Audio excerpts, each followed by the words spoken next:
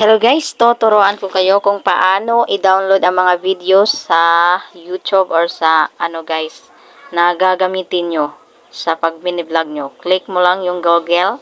Ayan. Tapos, i-type mo doon ang greenscreenmemes.com.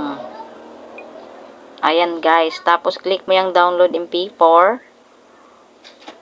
Pag nakikita mo na dyan, i-click mo yan, tatlong linya dyan na naka-white sa taas.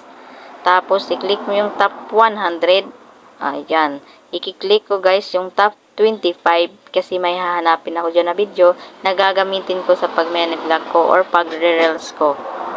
Ayan guys. Ayan. I-click ko yan. McDonald Mafia Girl. Tapos, scroll down pababa lang ako dyan guys. Pindutin ko yung download. Tapos, isa pa, click ko pa yung isang download na black ang color. Ayan, guys. Tapos, punta ka na doon sa file manager mo. Tingnan mo na doon yung na-download mo. Pwede mo na yun gagamitin, guys, sa mo. Ayan, guys. Download complete na po. Watch natin yung napili kong video. Ayan, guys. Funny videos dyan. Funny video. Thank you for watching guys. Sana nakatulong. Follow for more. Thank you for watching.